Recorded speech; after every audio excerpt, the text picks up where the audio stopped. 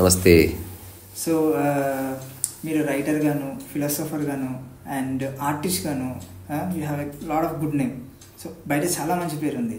So ఇవన్నీ చేయడానికి మీకు మెయిన్లీ మ్యూజిక్ కానీ శాండ్ ఆర్టిస్ట్ కానీ ఇవన్నీ, so what is the inspiration behind this?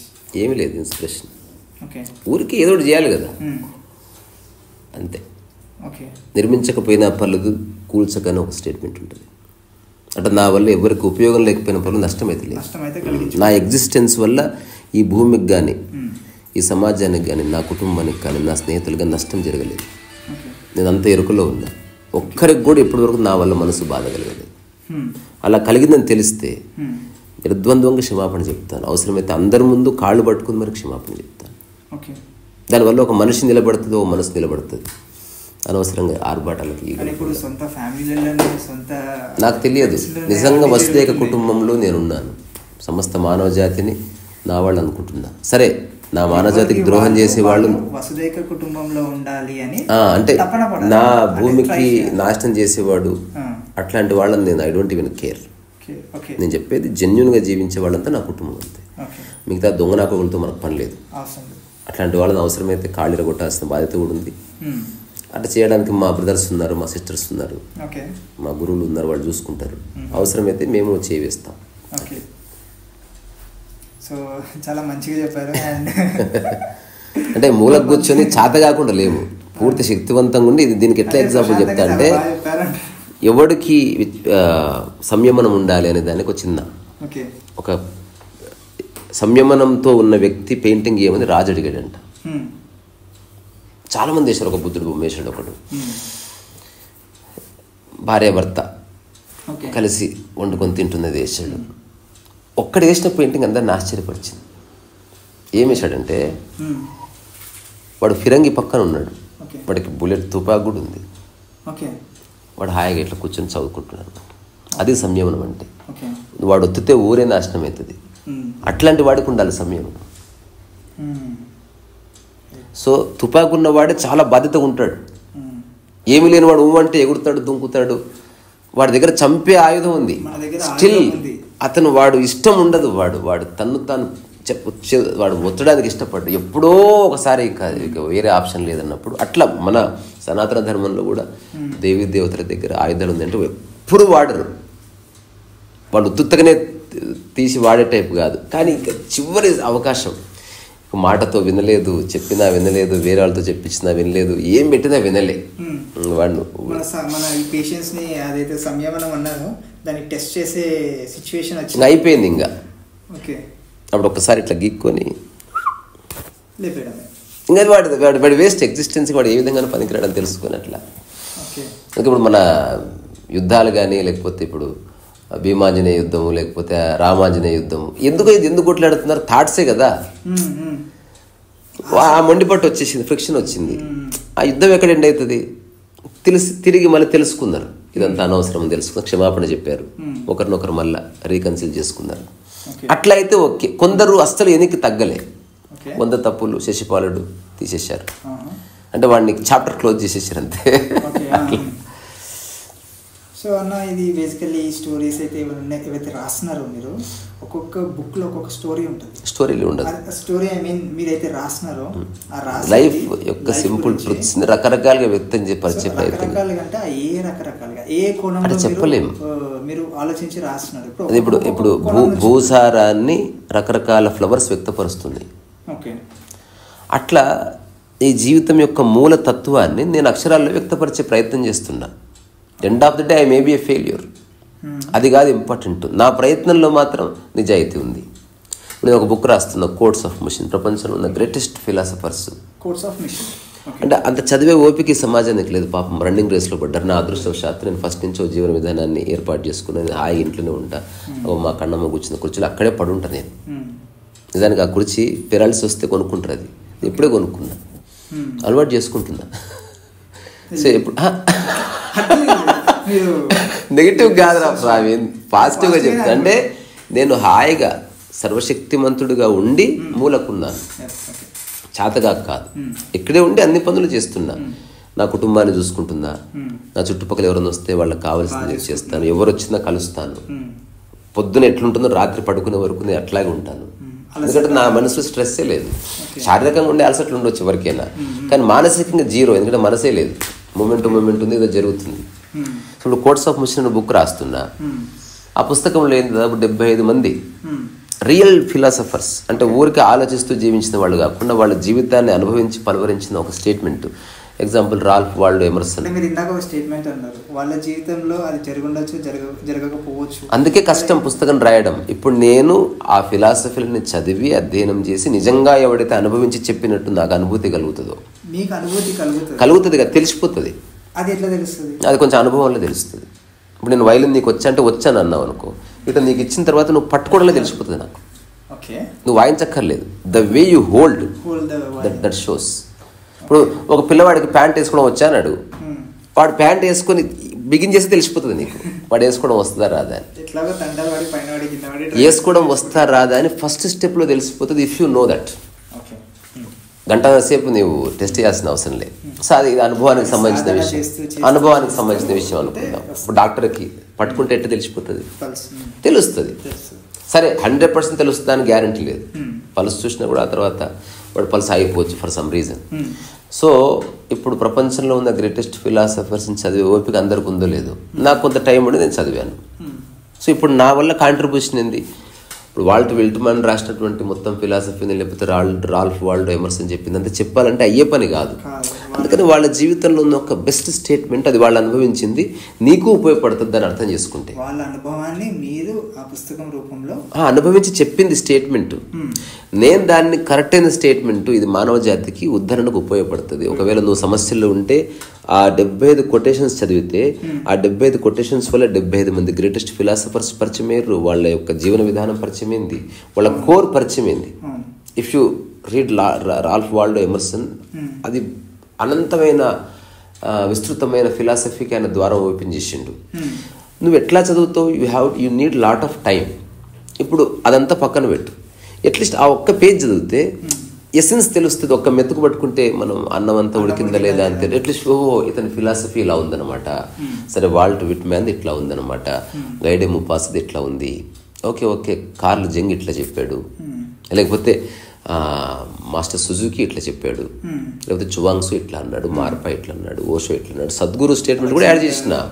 నేను ఆశ్రమాలకు అగేనిస్ట్, సద్గురుకి అగేనిస్ట్ కాదు. సద్గురు అంటే నాకు వెందలేని గౌరవం. అందరు అనుకుంటారు అట్లా. సద్గురు ఇంటెలిజెన్స్ని నేను బీభత్సంగా సెలబ్రేట్ చేసుకుంటా. నేను I like the way he speaks, he also understood the essence of life. ఉత్తగా ఏం చెప్తున్న మాటలు కాదు అవి. సో ఇప్పుడు సద్గురు ఇచ్చిన స్టేట్మెంటు, సో స్టూపిడిటీ షేన్ చేసినాం అనుకో, అది మెరిసే అవకాశం ఉంది. అందుకని స్టూపిడిటీ, డోంట్ షేన్ స్టూపిడిటీ అంటాడు. Don't polish stupidity, it may shine. అంటే మూర్ఖత్వాన్ని నువ్వు పాలిష్ చేయకు, అది ఇంకా పెరుగుతుంది. ఆ స్టేట్మెంట్ ఇచ్చాడు. సో అది అందులో బలం ఉంది. నీలో ఏదైనా తప్పు ఉంది, దాన్ని అందరికి చెప్పుకొని పాలిష్ చేయకు. నిన్ను నువ్వు సమర్థించుకున్నావు అనుకో, అది ఇంకా పెరుగుతుంది, నీ జీవితాన్ని నాశనం చేసేంత పెద్ద తప్పుగా మారుతుంది. So you create your own boundaries. అట్లా కాకుండా బౌండరీస్ని క్లియర్ చేసుకుంటా పో, ఈగోలో వదిలి. అట్లా చాలామంది, అట్లనే నాకు పరిచయం ఉన్న బుచ్చారెడ్డి గారు, శాంతబయటి వరప్రసాద్ రెడ్డి గారు అందులో జోడించిన, జార్జ్ గుడ్జిఫ్, అంటే అలాంటి పేర్లు నేను కూడా తెలియదు. జార్జ్ గుడ్జిఫ్ కావచ్చు, లేకపోతే ఎమ్మాన్యుయల్ కాంట్ కావచ్చు, ఫ్రెడరిక్ నీషే కావచ్చు, జీన్ పాల్ సార్త్రే కావచ్చు, ఇవన్నీ ఎవడు చదువుతాడు? నేను చదవాలని నేను ఎవరికి సజెస్ట్ కూడా చేయను, టైం ఉండదు. టైం ఉన్న గ్రాస్ప్ చేసి ఆ మానసిక స్థితి వచ్చిన తర్వాతనే ఫిలాసఫీ ఎక్కుతుంది. లేకపోతే మొదట భాష అర్థమే సావదు, భాష అర్థమైనది దాని సారం అర్థమే సావదు, సారం అర్థమైనది దాన్ని అనలైజ్ చేయవు, ఇవన్నీ అయ్యే పనులు కావు. భగవద్గీతలో ఒక కాన్సెప్ట్ ఉంటుంది స్వాధ్యాయాన్ని, ఇందాక చెప్పినట్టు. So I was into that. స్వాధ్యాయం అంటే మనము తెలుసుకోనికే ట్రై చేస్తాం, అది ఒక ప్రాసెస్ అంతే. దానికి ఒక ఎండ్ అనేది ఉండదు. కృష్ణుడు అంటారు కదా భగవద్గీతలో. సో దీని గురించి మీకేమన్నా, దీని మీద ఏం మాట్లాడుతున్నారు? నేనేం మాట్లాడను. ఓకే, మీరు ఈ లైన్లోనే లేరు అసలు? స్వాధ్యాయ అన్ని లైన్లు నాలోనే ఉన్నాయి. ఓకే, స్పెషల్ లైన్ ఏమి లేదు. ఇంతకుముందు ఫస్ట్ అడిగింది, ఇప్పుడు ఈ క్షణం ఇట్లా కూర్చోవడానికి ఏ పుస్తకం చదివావంటే ఏ పుస్తకం చదవక్కర్లేను. అట్లనే నీ మైండ్ని కూడా చూడంటున్నా నేను. నువ్వు ఒక పుస్తకాన్ని ఆధారం చేసుకున్నప్పుడు యూ బికమ్ లిమిటెడ్. అన్నింటినీ ఊరికే చదువు, నీ మనసు నిజంగా చూడు, అది అక్కడ ఉంది విజయం. నువ్వు పుస్తకాలు సీరియస్ చూస్తున్నావు, నీ మనసును పట్టించుకోవట్లే, అట్లా ఎట్లా కుదురుతుంది? కానీ ఇప్పుడున్న రెస్పాన్సిబిలిటీలో మైండ్ అంతా గజిబిజిగా. నాకు తెలియదు వేరే వాళ్ళ సంగతి, నేను నా గురించి ఫర్ ఎగ్జాంపుల్ నన్నే తీసుకోండి, ఉంటాయి అంటే అన్ని రెస్పాన్సిబిలిటీస్ అవి ఇవి ఉంటాయి, మైండ్ గజిబిజిగా ఉంటుంది. సో ఈ పర్స్పెక్టివ్లో how we can make this clear అంటే ఏ విషయంలో నేను నిన్న ఒక టాక్ స్ట్రెస్ లేదు. గుర్తుపెట్టుకో, ఫస్ట్ ఆఫ్ ఆల్ ప్రకృతిలో ఏవి లేవో అవి నీలో ఉండటానికి వీలేదు. ప్రకృతిలో స్ట్రెస్ లేదు, ప్రకృతిలో స్ట్రెస్ లేదు, ప్రకృతిలో ప్రతీకారం లేదు, ప్రకృతిలో ప్రతిస్పర్ధ లేదు, ప్రకృతిలో కాంపిటీషన్ లేదు, ప్రకృతిలో ఈర్ష్య లేదు, ప్రకృతిలో ద్వేషము లేదు. అట్లాగే ప్రకృతిలో ఈ మనిషి అనుభవించేటువంటి పాక్షికమైన ప్రేమ కూడా లేదు. సో ఇవేవి లేవు ప్రకృతిలో. ప్రకృతిలో ప్రశాంతత ఉంది, నిద్ర ఉంది, ఆకలి ఉంది, హాయి ఉంది. పంచభూతాలు అన్నింటిలో ఉన్నాయి. ఒక ప్రాణిలో ఏముంటాయి అని చెప్తున్నా. ప్రకృతి అంటే ఒక ప్రాణిలో హాయి ఉంటుంది, నెమ్మదితనం ఉంటుంది, ఏమి పట్టనట్టు ఉండడం ఉంటుంది, తనకు కావలసింది తీసుకునే ఒక లక్షణం ఉంటుంది. ఇట్లాంటివన్నీ ఉన్నాయి. ఎంత అవసరం అంత ప్రకృతి, అవసరానికి మించి ప్రపంచం. ప్రపంచం అంటే ఏంది? కాంపిటీషన్, అనవసరమైన ప్యాషన్లు, పరిగెత్తాలి వాడికంటే. నువ్వు పోల్చుకునేదంతా నీ పక్కింటి వాళ్ళు. ఎప్పుడన్నా మొరాకోలో ఉన్న ఒక వ్యక్తితో పోల్చుకున్నావా? అయిపోయా. అంటే నీకు బెస్ట్తో అవసరం లేదు, నువ్వే బెస్ట్ అని ఒక నిర్ణయించుకొని వాడితో పోల్చుకొని వాడి మీద గెలిస్తే చాలు అనుకుంటున్నావు. అంత తుచ్చమైనటువంటి లక్ష్యాలు కలిగిన వాడు మనిషి. If you really want best, డబ్బు సంపాదించాలంటే ఎలన్ మాస్క్తో కంపేర్ చేసుకో, సైన్స్ అనుకున్న ఐన్స్టీన్తో కంపేర్ చేసుకో. కంపేర్ చేసుకున్న క్షణంలో నీ మైండ్ చెప్తుంది, డాడీ వేస్ట్ టైం వేస్ట్ చేసుకోకు, నువ్వు ఉన్నది అనుభవించింగా, నువ్వు అంత స్థాయిలోకి రావు అని చెప్పేసి అట్లా నువ్వు లిబరేషన్లోకి వచ్చేస్తావు. Either compare with the ultimate or don't compare. అంతే. అందుకే నీ మైండ్కి తెలుసు నువ్వెవడో. నేను ఒక ఇల్లు కొనుక్కుందాం అనుకుంటున్నా అంటే నీ మైండ్ తెలుసు ఆల్రెడీ, వీడి అవకాతకి సింగిల్ బెడ్రూమే, అంతకంటే సీన్ లేదు. ఎప్పుడన్నా నేను ఇల్లు కొందాం అనుకుంటున్నా, ఎక్కడ మన అదేది అదే అక్కడ కాదు, ముంబైలో ఎక్కడ బెస్ట్ ఎందుకు ఉంటుంది, లండన్కి వెళ్ళాలి, రాయల్ స్ట్రీట్కి వెళ్ళాలి, అక్కడ చూద్దాం అనుకుంటున్నా అని అంటదా మైండ్. అది నేను మొత్తం స్కాన్ చేసి పెట్టుకుంది ఆల్రెడీ. నీవెవడు, నీ దోస్తులు ఎవడు, నీ ఆస్తి ఎంత, నీ పే స్లిప్ ఎంత, నీ అప్పులు ఎంత, మొత్తం తెలుసు. అది చెప్తుంది నీకు. ఎక్స్ట్రా చేయకు, సింగిల్ బెడ్రూమ్లో కొంచెం బెస్ట్ చూసి తీసుకో, నీ దగ్గర ఉన్న పైసల కంటే 50,000 ఎక్కువ చూసుకొని ఈగో సాటిస్ఫై అవుతుంది అని చెప్తుంది. ఇంకొంచెం కష్టమైన కొన్నబ్బా, ఇంకా 50,000 అయినా సరే కొనాలనుకున్నా మంచిదే కొన్నా. నువ్వు కొన్నది బోడిల్లది, దానికి మంచి ఇల్లు అది ఏదో చెప్పి నువ్వు మళ్ళీ అందరిని పిలిచి నా బెడ్రూమ్ చూపురా. చార్మినారే ఎవడు చూస్తలేడు, నీ బెడ్రూమ్ ఎవడు చూస్తాడు? అయినా చూపిస్తారు. చూపించిన తర్వాత చూపించేది ఎందుకో తెలుసా, వాడు పక్కా మెచ్చుకుంటాడని. అట్లా కాకుండా చూపించిన తర్వాత ఏమంతా బాగాలేదు, మామూలుగా ఉంది ఇల్లు అంటే వాడి జీవితంతో వాడి కలవరు. సో అట్లాంటివి అన్నీ నేను తీసేసిన. సింపుల్. ఇప్పుడు నేను ఉంటున్నది నా ఇల్లు కాదు, ఎవరి ఇల్లు కాదు, అందరిది. లేదా ప్రస్తుతం నాది, ప్రస్తుతం మా కన్నమ్మది, ప్రస్తుతం మాది, అట్లా నడుస్తుంది. వేరే ఇల్లు కంటే ఇది బాగుంది అట్లా కాదు, ఎక్కడున్నా హాయిగా ఉందని తెలుస్తుంది. ఇల్లు కొన్నావని గొప్పగా చెప్పుకునేది లేదు. 100% అంతే. ఎవరి గూడులో వాళ్ళు, ఎవరి మూలలో వాళ్ళు, ఎవరి మనసులో వాళ్ళు, ఎవరి ఏకాంతంలో వాళ్ళు, ఎవరి బాత్రూంలో వాళ్ళు. అట్లా డోంట్ డిస్టర్బ్. ఓకే. సో ఇంకేంటంటే మీరు కొన్ని బుక్స్ రాశారు. So we have some books. So అన్న మీ బుక్స్ కొన్ని చూశాను, లైక్ ఆర్జీవి పేరేంటన్నా? Blue book. నీలి పుస్తకం. ఆర్జీవి బ్లూ బుక్ బై కాంద్రేసా. ఓకే. అండ్ ఇంకొకటి సరే అన్న పర్లేదు, ఇంకొకటి నోట్స్ ఆఫ్ ముషిన్. So I think this is the book. చేతిరాత పుస్తకాలు అవన్నీ. So this is the book. So basically ఏంటన్నా అంటే లైఫే ఏదైనా ఒక పేజీ చదివామనుకో, చిన్న చిన్న జీవన సత్యాలు ఉంటాయి. సో ఇక్కడ ఏముందంటే love and nothing else. So what nothing else అంటే నథింగ్ ఎల్స్ ఏంటి? ఏం లేదని దాని అర్థం. నథింగ్ ఎల్స్ అంటే ప్రేమ తప్ప మరేమి లేదు అని. సో భవిష్యత్తులో అసలు లవ్ అనే పదం వాడొద్దు అనుకుంటున్నా. ఎందుకు అంటే అది తప్పుగా తీసుకోబడుతుంది కాబట్టి. ప్రేమ అంటే ఇప్పుడు బయట అంటారు స్వచ్ఛమైన ప్రేమ, అది నాకు బయటలో సంగతి కాదు. నేను ప్రపంచంలో ఉన్నా, నేను ఊరికి ప్రేమ అన్నా అనుకో, పీపుల్ మే మిస్అండర్స్టాండ్. సో అసలు నాకు ఏ విధమైన మిస్అండర్స్టాండ్, అందుకని ప్రేమ బదులు నా మనసులో ప్రేమ అనుకుని బయటకు పదం వాడతా. ఓకే అట్లా ఇప్పుడు లైఫ్ అండ్ గురువుగారు ఉన్నారు. So is it sort of ప్రేమ అంటే నేర్చుకుంటున్నారు మీరు, అట్లా లేదా? అట్లేముండదు, అందరి పట్ల ప్రేమ ఉందంతే. ఓకే, మీరు ప్రేమ లేదంటున్నారు. నేను భవిష్యత్తులో ఆ పదం వాడనని చెప్తున్నా. ఓకే ఓకే సార్, ఇంకా చెప్పండి అన్న, ఈ బుక్ ఎగ్జాక్ట్లీ ఏంటి? లైఫే. మ్యూషిన్ అంటే ముషిన్ అంటే ఒక చిన్న పిల్లవాడి మనోస్థితి అనమాట. ఓకే, అది ఒక జపనీస్ ఫ్రేజ్ నుంచి వచ్చింది, ముషిన్ నోషిన్. ఓకే, ముషిన్ నోషిన్ అంటే ఏ మైండ్ వితౌట్ మైండ్ అని. అంటే అది అంత ఉత్తగానే భాషపరంగా అర్థం చేసుకునే విషయాలు కావు, అది అనుభవానికి సంబంధించింది. ఇప్పుడు ఆనందం అన్నది భాష కాదు, ఆనందం అన్నది భాష కాదు, ఆకలి అన్నది భాష కాదు, ఆకలి అనుభవం. అవునా? ఆకలి అనే పదం వచ్చినంత మాత్రం వాడికి ఆకలి అవుతుందని కాదు. ఒకడికి ఆకలి అనే పదం తెలియకపోవచ్చు, అతనికి ఆకలి అవుతూ ఉండవచ్చు. ఆకలి అనుభవం, ఆనందం ఒక అనుభవం.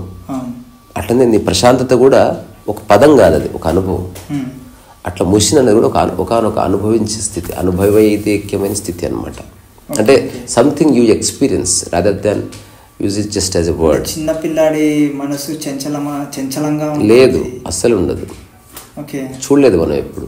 మనం వాడిని డిస్టర్బ్ చేసేవాడిని చుట్టుపక్కల పెట్టి చంచలం చేస్తున్నాం. ఏ చిన్న పిల్లవాడు మనసు చంచలం ఉండదు, అసలు ప్రకృతిలో చంచలం లేనే లేదు. వాడి ఇంట్లో చుట్టుపక్కల ఇవన్నీ పెట్టడం వల్ల చంచలం అవుతున్నాడు. పుట్టిన పిల్లవాడిని ఒక ఎంటీ రూమ్లో పెట్టాలి ఎప్పుడైనా. ఎందుకన్నారు? డిస్ట్రాక్ట్ హాయిగా తింటాడు, పడుకుంటాడు. కానీ వాడు మదర్ లవ్ కానీ ఫాదర్ లవ్, దానికి దీనికి ఏం సంబంధం? ఎంటీ రూమ్లో అంటే పేరెంట్ వద్దని కాదు, అమ్మ పక్కనే పడుకుంటుంది.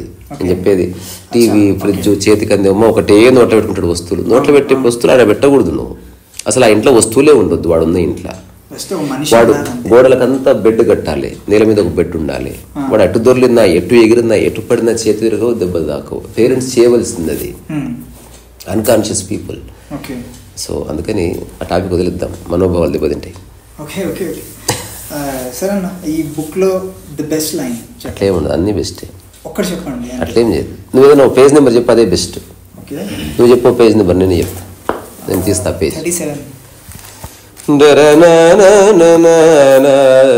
ఇది ఇది స్వయంగా నా చేయి. ఇది exactly this is my hand. Nobody in the world would tell you or teach you what is life. అంటే ఈ ప్రపంచంలో ఎవరూ నీకు జీవితం అంటే ఏందని బోధించలేరు. అండ్ వాట్ ఈస్ మెడిటేషన్, అట్లాగే ధ్యానం అంటే ఏందో బోధించలేరు. Complicate it is when you depend upon others. నువ్వు వేరే వాళ్ళ మీద ఈ విషయాలు తెలుసుకొని ఆధారపడే కొద్దీ జటిలమవుతుంది. Simple it is for the independent. ఎవరైతే ఇంతకుముందు చెప్పింది అదే, ఇలా కూర్చుంటే బాగుంది, ఎంక్వైర్. ఇక్కడ తగిలింది, కుర్చీ కొంచెం ఊగుతుంది, చిన్న రాయి పెట్టాము, బ్యాలెన్స్ వచ్చేసి అంతే. To understand life just look in to it, దానిలోకి చూడండి. ఆ గురువు కాళ్ళు పట్టుకోకు, ఆశ్రమానికి పోకు, ఏదో పోయి అడవిలో కూర్చోకు, ఏం అర్థం కాదు. నువ్వు చూడవలసింది మైండ్ని.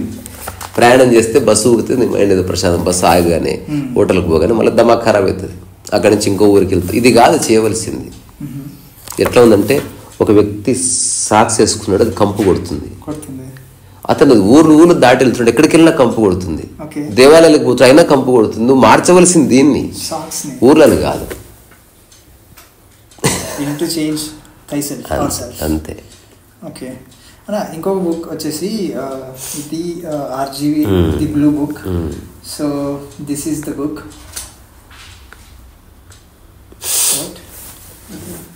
ఓకే, సరే, repeat. So repeat. So this is the book, the RGV blue book.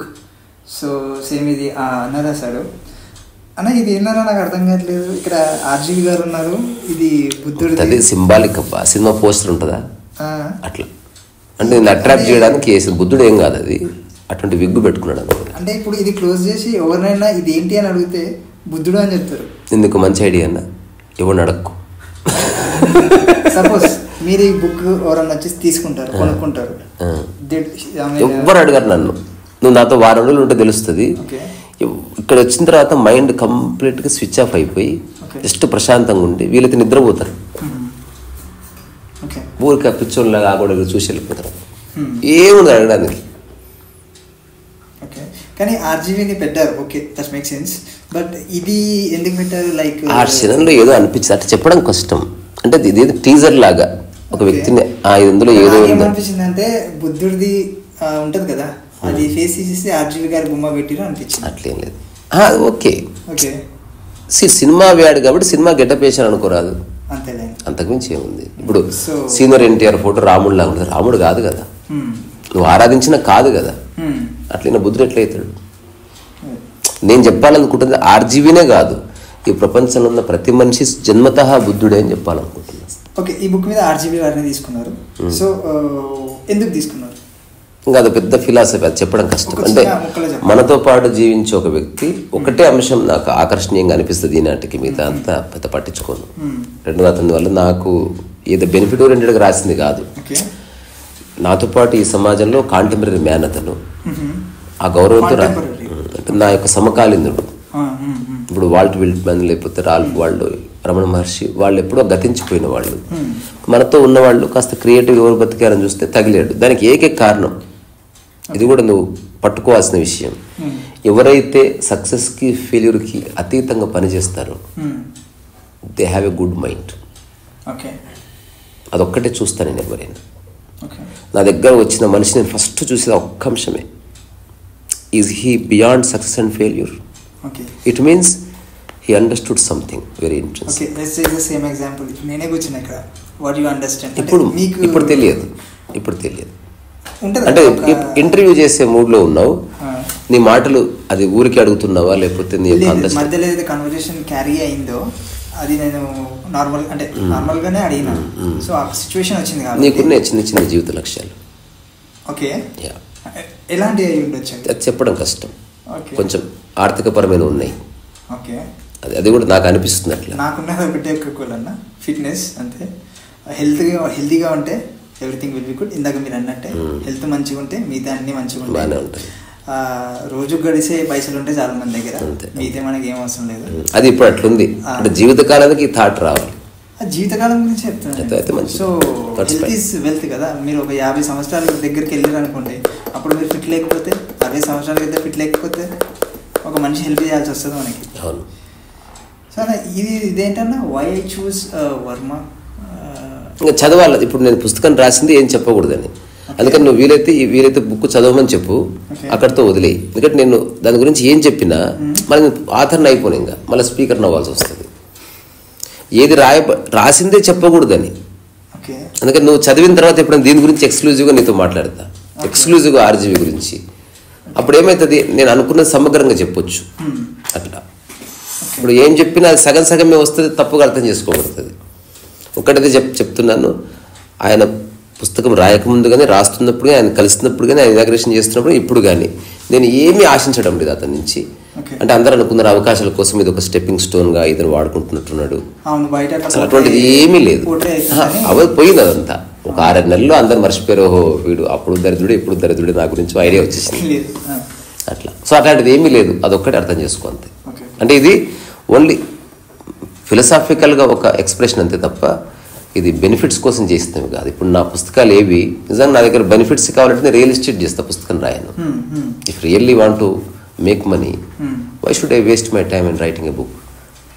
I just నాకున్న తెలివికి, నాకున్న పరిచయాలకి సంవత్సరం చాలు, I can make lot of money. So you are making money with కొంత అంటే మీకు సరిపడా అమౌంట్. ఒక ఇల్లు కొన్నా అంటే యూ కెన్ అండర్స్టాండ్. నేనేం పూరేమి కాదు, అలాగని సూపర్ రిచ్ కాదు. నేను ఏదో పని చేస్తుంటే ఏదో వస్తుంది, ఓవరాల్గా మిగులుతుందని తెలుస్తుంది. ఇంకోటి ఏం లేకపోయినా బతకగలని కూడా తెలుసు నాకు. తద్వారా నాకేం వ్యామోహం లేదు అట్లా. అండ్ ఇంకొక విషయం అన్న interesting, we heard you are one of the best musician. So మీరు వయలిన్ బాగా వాయిస్తారని తెలుసు. ఒక్కసారి మా కోసం వయలిన్ ఒక బీట్ సారీ పట్టుకో.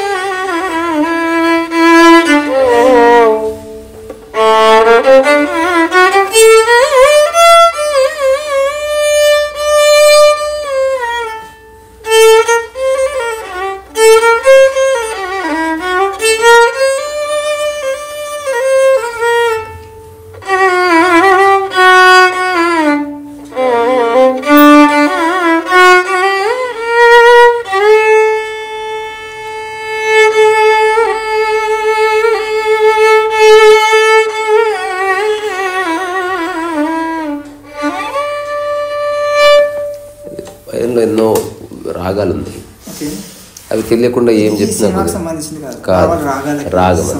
సినిమా అంటేనేమో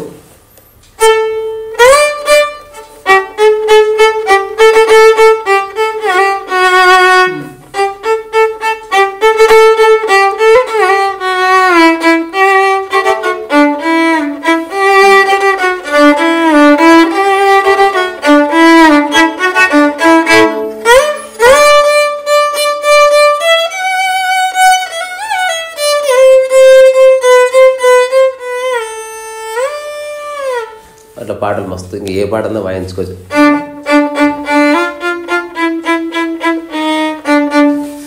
అట్లా వాయించుకోవచ్చు.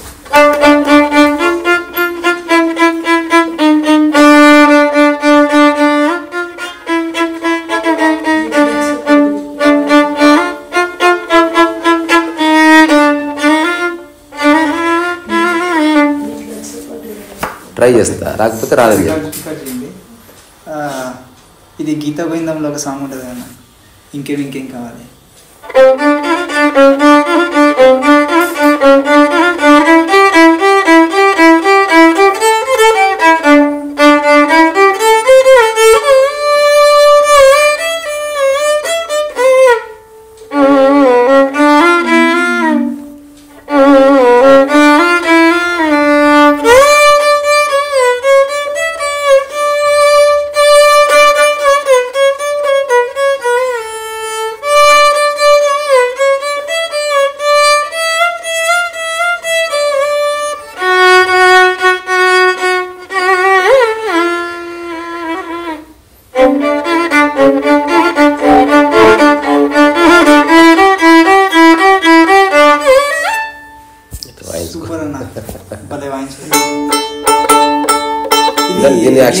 తత్వం లాగా పాడుకుంటా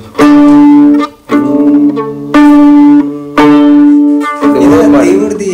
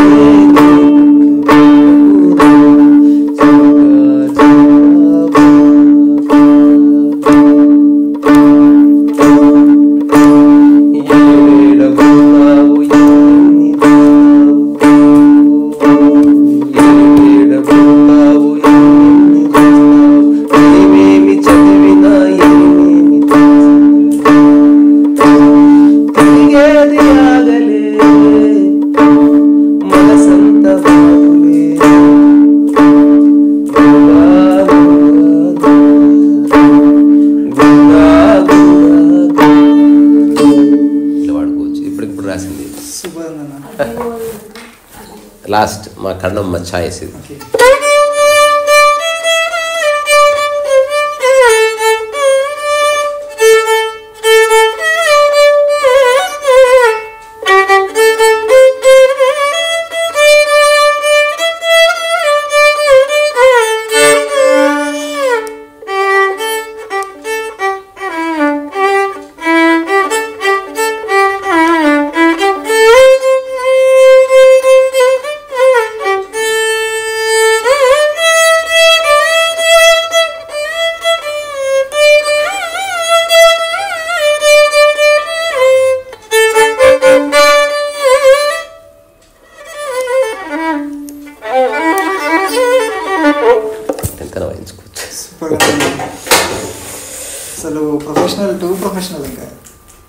ఇంకా చలికి శృతి పోతుంది అంటే సంగీతం తెలియదు కదా.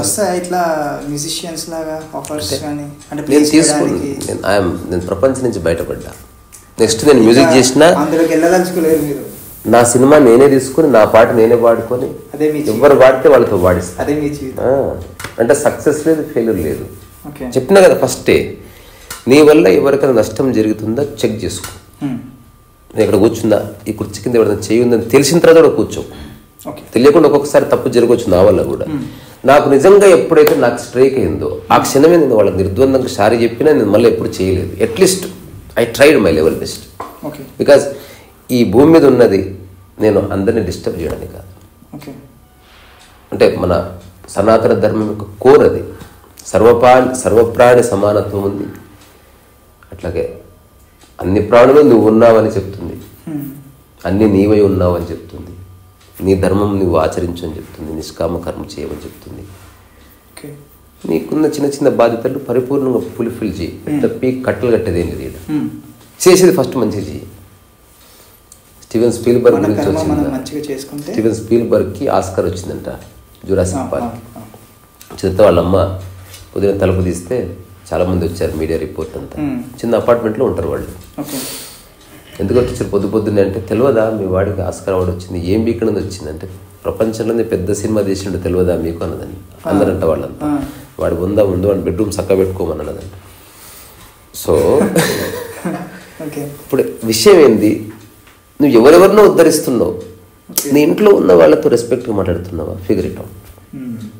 అదర్వైజ్ నీలో ఏదో ప్రాబ్లం ఉంది. ఫస్ట్ నువ్వు అడ్రస్ చేయాల్సింది నీ సాటి మనుషుల్ని తప్పొప్పులించకుండా వాళ్ళతో మంచిగా ఉందాం కదా. అట్లీస్ట్ నేనైతే ఉంటున్నాను, ఇంకా మిగతా వాళ్ళ సంగతి నాకు తెలియదు. నాకు ఎవరి మీద కోపం లేదు, ఎవరి మీద ద్వేషం లేదు, ఎవరి మీద ఎక్స్పెక్టేషన్ కూడా లేదు. ఉండడంలో ఒక హాయి ఉంది, ఎక్స్పెక్టేషన్ వచ్చింది అది బాయ్ అవుతుంది. సో అన్న, మీరు మాట్లాడుతుంటే ఇది కైండ్ ఆఫ్ రిఫ్రెషింగ్ లా ఉంది. ఇంకా కొంచెం ఎన్లైట్మెంట్ ఉంది. అందరికీ ఉంది ఎన్లైటన్మెంట్. రోజులో ఒక నిమిషం ఎన్లైటన్మెంట్. సో అది తెలుస్తుంది. సో మీరు మైండ్లో మీరు ఏవైతే ఆ పాత్ మీరు వేసుకున్నారో అది మీరు అచీవ్ అవ్వాలని మళ్ళీ అచీవ్ లేదు, బొంగు లేదు. మళ్ళీ ఇది ఎక్కడ అంటే అసలు లేదు అట్లాంటి అంటే ఉన్నా లేకపోతే లేను అంతే. ఇది అచీవ్. ఇది ఎట్లుందంటే మీరు మెల్లమెల్లగా మగవాడు అవ్వాలని కోరుకుంటూ అట్లా ఉంది. అట్లా భలే ఉంది. సో ఇదర్ I'm there, I'm not there అంతే. నీకు నాట్ దేర్ అనిపించిందా, ఐఎమ్ దేర్ అని నాకు తెలుస్తుంది. సో ఎవ్రీ టైం మీరు ఇదే ఏమంటారు జీవితకాలానికి ఇంతే. నాకేదో నేనే బొంద పెట్టుకుందని ఎన్నోసార్లు సరదాగా చెప్పిన. జోక్ కాదు, ఇది ఊరికే చెప్తున్న స్టేట్మెంట్ కాదు. నేను ఈ ప్రపంచంలో ఆ గోడ గోడ కుదుకుని అట్లా పెరగాలి, ఇట్లా పరిగెత్తాలి, అది వీకాలి, ఇది అన్నీ ఉన్నాయి. ఇప్పుడు అవన్నీ ఉన్నాయి. మళ్ళా ఏది పోలేదు, జస్ట్ వైఖరి పోయింది. అప్పుడు సినిమా తీయాలనుకున్నా, ఇప్పుడు సినిమా తీయాలనుకున్నా. ఇప్పుడు ఆడుతూ పాడుతూ నాకు నచ్చింది చేస్తే జనాలు చూస్తే చూసిరు, లేకపోతే బాత్ ఖతం. సినిమా రిలీజ్ కాకముందు హిట్టున్నది. అరే ప్రెస్ మీట్ పెడతాను రేపు. ఇంకా మేము అనివార్య కాలం రిలీజ్ చేయలేదు, కానీ సక్సెస్ మీట్ ఇది పక్కా హిట్ అవుతుంది. కదమ్మా, లెట్స్ డూ దిస్. అరే నాకు ప్రెస్ మీట్ పెట్టాలందరూ. ఆ డబ్బాలు ఉంటాయి కదా, అవి కొనుక్కరా నవీన్, టైసన్. మా డబ్బాలు గిబ్బాలు కొనుక్కరా. Tyson TV, Naveen TV, Kannamma TV అని పెట్టి మనమే 100 పెడదాం. ఇట్లా అసలు ముఖ్యమంత్రి కంటే ముందు ఎక్కువ ఉండాలి మనకు. టైమ్స్ నౌ టీవీ అని వీళ్ళు ప్లేస్ లేదు మా దగ్గర. సో అన్న చాలా బాగా అనిపించింది ఇక్కడికి వచ్చి మిమ్మల్ని ఇంటర్వ్యూ చేయడం. అరే అన్న, నువ్వు నిజం చెప్తున్నావు కాబట్టి నేను ఎంజాయ్ చేస్తున్నా. నువ్వు ఫోకస్, నీవు ఎట్లుందో అట్లుండు. అంటే నువ్వు ఎట్లుందంటే నువ్వు అనుకున్నది చెప్పలేకపోతే. అరే నేను మంచిగా ఎంజాయ్ చేస్తున్నా. చెప్పు.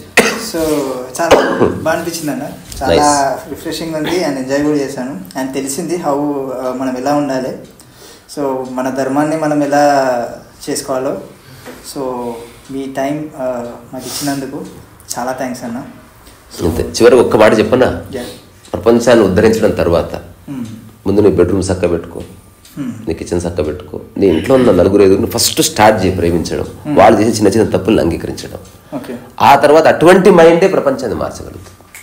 లేదా ఇంటిని వదిలేసి ఇంకా ప్రపంచంలోకి ఏదో ఒకటి చేయి, ఇంక ఇంట్లో వదిలే, ఇంకా వాళ్ళు వాళ్ళు చేస్తారు. ఈ రెండిట్లో ఏదో స్టాండ్ తీసుకో. I took the second stand, first stand. నేను ఇంట్లోనే ఉంటున్నా, అందరితో మంచిగా ఉంటున్నా, వాళ్ళని ఫస్ట్ బాగా చూసుకుంటే ఇంకేమైనా సాధ్యమైతే ప్రపంచం కోసం ఖచ్చితంగా చేస్తా. మా కన్నా మాకు ప్రామిస్ చేసిన గోవుల కోసం ఖచ్చితంగా జీవితంలో చేయవలసిందే, నాకు సాధ్యమేనంత. అట్లా వ్యవసాయం చేయవలసింది, అట్లా చేద్దాం ఏదో. థ్యాంక్ యూ అన్న, థ్యాంక్ యూ సో మచ్. సరే మరి.